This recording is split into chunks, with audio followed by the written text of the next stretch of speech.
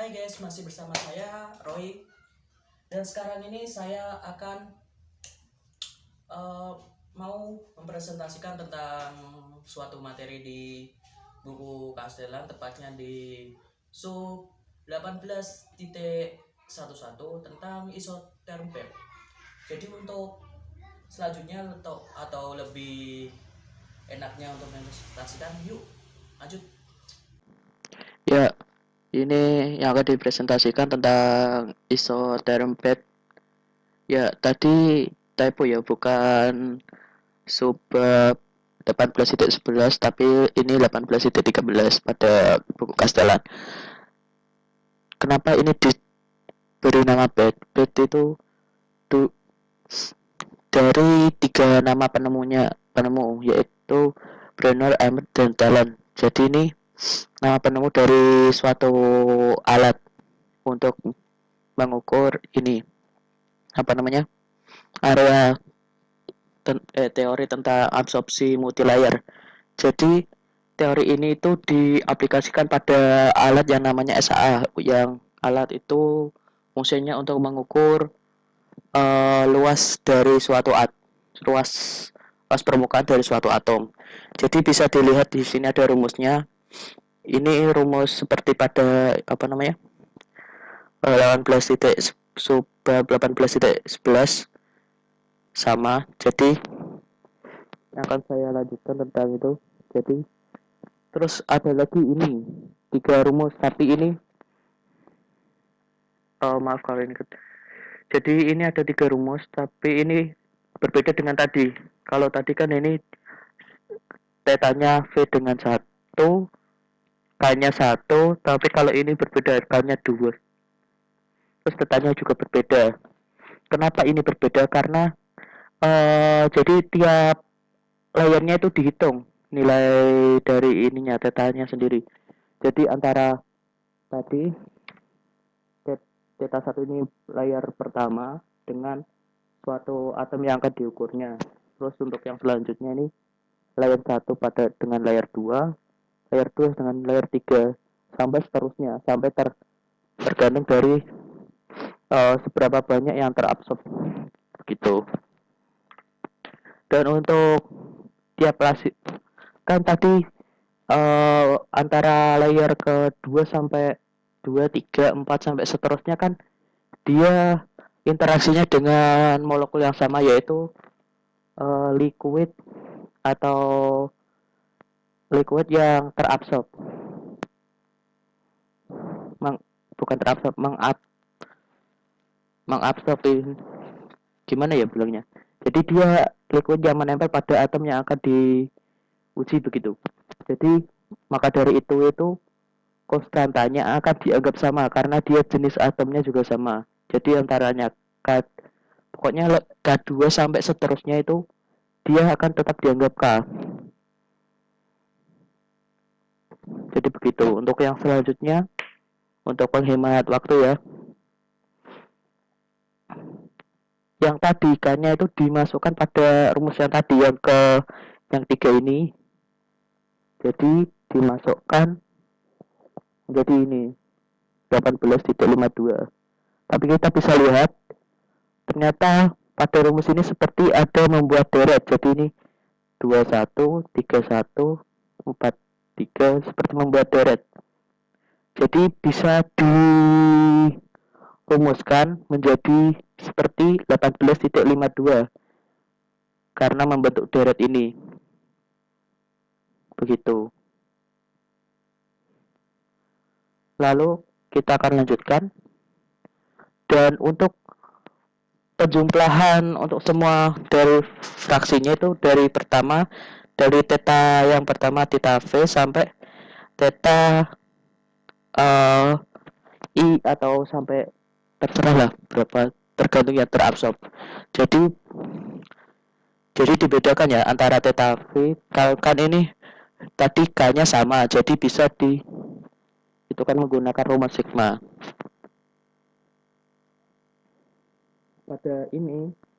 Pada rumus ini pada KP-nya itu dimisalkan untuk menjadi bukan menjadi dimisalkan menjadi X agar nanti lebih mudah untuk substitusinya. Jadi ini dirubah menjadi X menjadi seperti ini. Dan kita next ya. Oke. Dan tadi udah dirubah. Ternyata yang tadi itu ini itu membentuk suatu deret dari 1 x kuadrat jadi x pangkat 0, x pangkat 1, x pangkat 2 sampai seterusnya. Jadi dia membentuk deret seperti sampai tak terhingga. Maka dari itu pada deret teori bukan teori sih, pada itu deret tak terhingga itu bisa di kan bersamaan seperti 1/1 min x. Jadi begitu untuk menjabarkan. Jadi ini langsung disubstitusikan ke rumus yang awal tadi ini, disubstitusikan menjadi ini. Oh ya, tadi kenapa saya belum menyinggung kenapa kok ini hasilnya 1? Karena ini dimisalkan, karena hasil dari ini penjumlahan ini sebenarnya adalah 1 dari eksperimen sendiri. Terus kita akan lanjutkan untuk ini.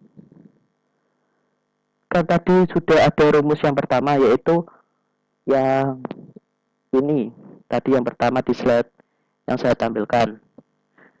Lalu disubstitusikan ke tadi yang ini menjadi ini. Begitu. Ish.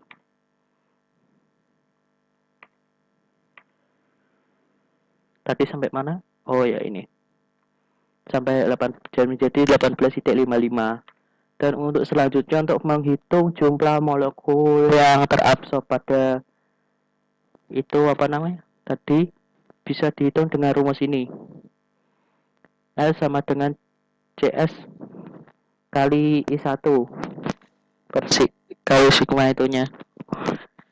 Ya, N itu adalah jumlah total molekul yang terabsorb per satuan massa.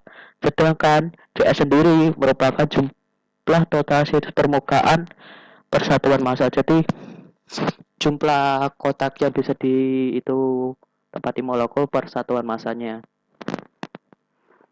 Karena ini membentuk sebenarnya ini tadi itu sebenarnya membentuk deret dari turunan dari yang tadi, turunan dari yang ini. Jadi bisa dikatakan begini lalu menjadi ini, terus disubstitusikan pada rumus yang tadi N sama dengan CS theta 1. Begitu. Kita lanjutkan. Oke. Karena permukaannya tadi ya, CS itu kan tadi permukaan ininya yang tersedia untuk ditutupi untuk molekul. Jika terabsorb semuanya pada permukaan, jadi dia tertutupi oleh itu, terabsorb semua permukaannya. Jadi tertutupi oleh layar pertama, yaitu boleh itu NM sama dengan CS. NM ini tadi jumlah molekul persatuan tadi jumlah molekul yang terabsorb satuan itu, tapi untuk satu layernya. Jadi untuk layar pertama. Terus lalu Q1-nya tadi disubstitusikan dari persamaan 18,55 tadi, disubstitusikan menjadi 18,56. Terus ternyata jumlah yang terabsorb akan sebanding dengan volume yang terabsorb. Jadi membuat persamaan perbandingan. Jadi N per Nm sama dengan V per Vm. Jadi antaranya molekulnya yang terabsorb itu sebanding dengan volume yang terabsorb juga Oke, jadi begitu. Jadi boleh disubstitusikan menjadi persamaan 18,57. Untuk selanjutnya pada nilai, terus tadi nilai X kan eh, asalnya dari KP. Lah, KP yang ini langsung disubstitusikan ke ini, persamaan tadi menjadi seperti ini. Terus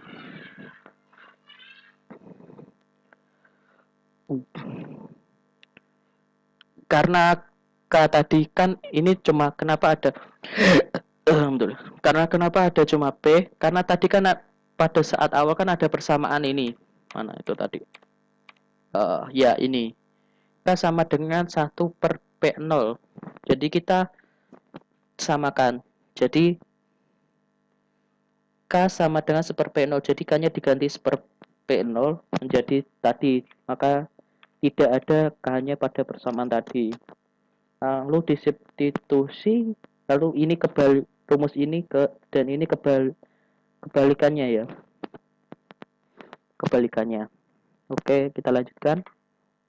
Terus pada nilai untuk menghitung NM pada STP itu bisa dihitung menggunakan ini rumus 18.60 begitu. Terus kita lanjutkan ke nilai K1 dan K2. Ternyata ini sebenarnya kan tadi ada pertama kan K1 dan K. K1 ini yang berbeda apa namanya? Atomnya antara atom yang ini sama pada tetanya. Jadi ada perbedaan pada energi chip standarnya untuk suatu transformasi. Jadi menjadi seperti ini, sama ya ininya pertamanya. Untuk mengetahui perbedaannya itu kenapa ini, oh ya tadi lupa, ini kenapa ini delta G-nya kenapa liquid, karena pada saat terabsorb dia akan dalam keadaan liquid. Jadi pada SAA itu sendiri biasanya itu menggunakan ini, apa namanya, nitrogen cair. Jadi dia untuk menghitungnya mengabsorbnya dari nitrogen cair gitu. Untuk selanjutnya, terus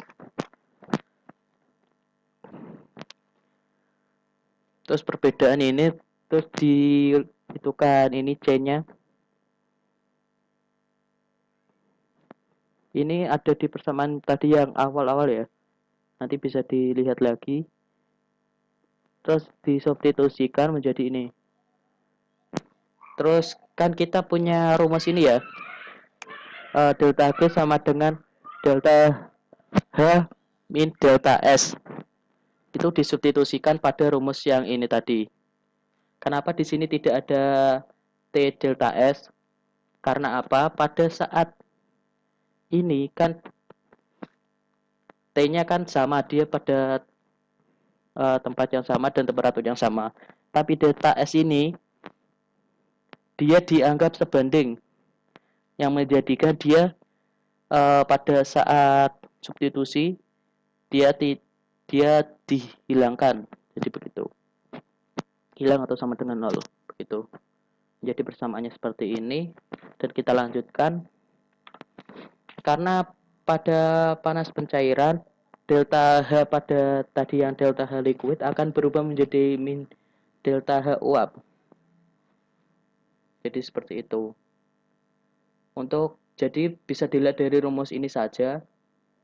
Karena dalam semua percobaan itu ditemukan bahwa C-nya pasti lebih dari 1, maka pada rumus ini bisa dikatakan pasti delta H1 lebih kecil daripada delta H ini, karena harus itu penjumlahnya harus 1 gitu. Lebih dari 1 C-nya begitu. Karena juga ini absorpsi pada lapisan pertama lebih daripada pencairnya. Jadi lapisan pertama lebih exodermic daripada pencairan itunya tadi. Oke, terima kasih, di sini saja. Ya. Oke, selesai. Ya, itu tadi materi yang saya jelaskan, dan untuk video selanjutnya bisa kalian masukkan request, mau di kolom komentar di bawah, mau video gaming, apa mau sepedaan lagi atau vlog. Jadi tulis kolom komentar ya. Dan jangan lupa klik subscribe dan nyalakan lonceng notifikasi. Terima kasih. Ya.